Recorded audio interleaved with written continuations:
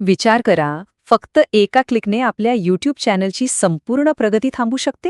हो, हे ऐकायला थोडं विचित्र वाटेल, पण हे खरं आहे. जवळजवळ प्रत्येक कंटेंट क्रिएटरला आयुष्यात कधी ना कधी हा अनुभव येतोच.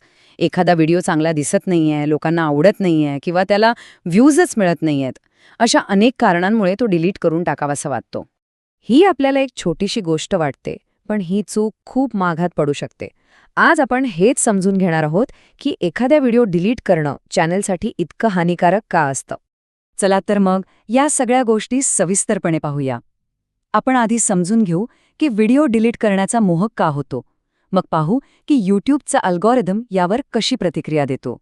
त्यानंतर चॅनलच्या वाढीवर काय परिणाम होतो, याला एक चांगला पर्याय काय आहे आणि ज्यांनी ही चूक केली आहे त्यांच्यासाठी पुनरागमनाची रणनीती काय असू शकते यावरही चर्चा करू. तर सगळ्यात आधी हे समजून घेऊया की क्रिएटर्सना त्यांचे व्हिडिओ डिलीट करावेसे का वाटतात. यामागे नक्की कोणती कारणं असतात. कमी व्ह्यूज, व्हिडिओची गुणवत्ता मनासारखी नसणं किंवा लोक काय म्हणतील याची भीती, ही सगळी कारणं अगदी स्वाभाविक आहेत. आपलं चॅनल स्वच्छ आणि परफेक्ट दिसावं या नादात अनेक जण जुने व्हिडिओ डिलीट करतात, पण खरी समस्या इथूनच सुरू होते. आता आपण या समस्येच्या अगदी मुळाशी जाऊया. जेव्हा एखादा व्हिडिओ डिलीट केला जातो तेव्हा यूट्यूबच्या अल्गोरिदमवर त्याचा नेमका काय परिणाम होतो. होतं काय की जेव्हा एखादा व्हिडिओ डिलीट केला जातो तेव्हा यूट्यूबच्या सिस्टमला एक नेगेटिव्ह सिग्नल मिळतो. अल्गोरिदमला असं वाटू लागतं की या चॅनलमध्ये काहीतरी गडबड आहे आणि त्यामुळे तो त्या चॅनलच्या इतर व्हिडिओंना सुद्धा लोकांपर्यंत पोहोचवणं कमी करतो. तर बघा, ही एक प्रकारची साखळी प्रतिक्रिया आहे. एक छोटीशी चूक संपूर्ण चॅनलच्या वाढीला अक्षरशः ब्रेक लावू शकते. ही एक अशी गोष्ट आहे जी नकळतपणे आपल्या सगळ्या मेहनतीवर पाणी फिरते. याचा परिणाम फक्त तात्पुरता नसतो. चला बघूया की याचं दीर्घकाळात किती आणि कसं नुकसान होतं. वॉच टाईम हे यूट्यूबसाठी एक खूप महत्त्वाचं मेट्रिक आहे. जेव्हा व्हिडिओ डिलीट होतो तेव्हा त्याच्यासोबत तो सगळा वॉच टाईम सुद्धा कायमचा नाहीसा होतो. याचा थेट परिणाम चॅनलच्या एकूण परफॉर्मन्सवर होतो आणि तो खाली येतो. हे फक्त थेअरी नाहीये, हा अनेकांचा प्रत्यक्ष अनुभव आहे.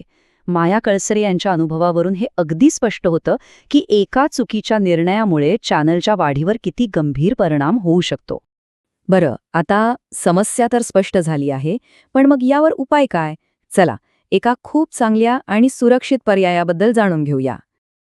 तर जुना कंटेंट काढून टाकण्यासाठी डिलीट करण्याऐवजी त्याला अनलिस्ट किंवा प्रायव्हेट करणं हा एक कितीतरी पटीने उत्तम पर्याय आहे. यामुळे वॉच टाईम तसाच टिकून राहतो, अल्गोरिदमला कोणताही नकारात्मक सिग्नल जात नाही आणि सगळ्यात महत्त्वाचं म्हणजे चॅनलच्या वाढीवर कोणताही वाईट परिणाम होत नाही. हो, पण एक गोष्ट लक्षात ठेवणं खूप महत्त्वाचं आहे. जर एखाद्या व्हिडिओमुळे कॉपीराईट स्ट्राईक किंवा पॉलिसी उल्लंघनासारखी गंभीर समस्या असेल, ज्यामुळे आपल्या चॅनल धोक्यात येऊ शकतं, तर अशा परिस्थितीत तो व्हिडिओ डिलीट करणेच योग्य ठरेल. आता ज्यांनी ही चूक आधीच केली आहे त्यांनी घाबरून जाण्याची अजिबात गरज नाही. चॅनलला पुन्हा एकदा रुळावर आणण्याचा एक मार्ग नक्कीच आहे. एकदा का अल्गोरिदमने चॅनलकडे नकारात्मक दृष्टिकोनातून पाहायला सुरुवात केली की त्याची प्रतिमा पुन्हा सकारात्मक बनवण्यासाठी वेळ आणि मेहनत दोन्ही लागतं. पण हे नक्कीच शक्य आहे. त्यामुळे ही 4 सूत्री योजना पाळणं खूप महत्त्वाचं आहे. संयम ठेवा, सातत्य राखा, आपल्या मूळ विषयावर लक्ष केंद्रित करा आणि व्हिडिओची गुणवत्ता टिकवून ठेवा. असं करत राहिल्यास यूट्यूब अल्गोरिदम पुन्हा एकदा आपल्या चॅनलला सकारात्मक प्रतिसाद देऊ लागतो आणि वाढ पुन्हा सुरू होते.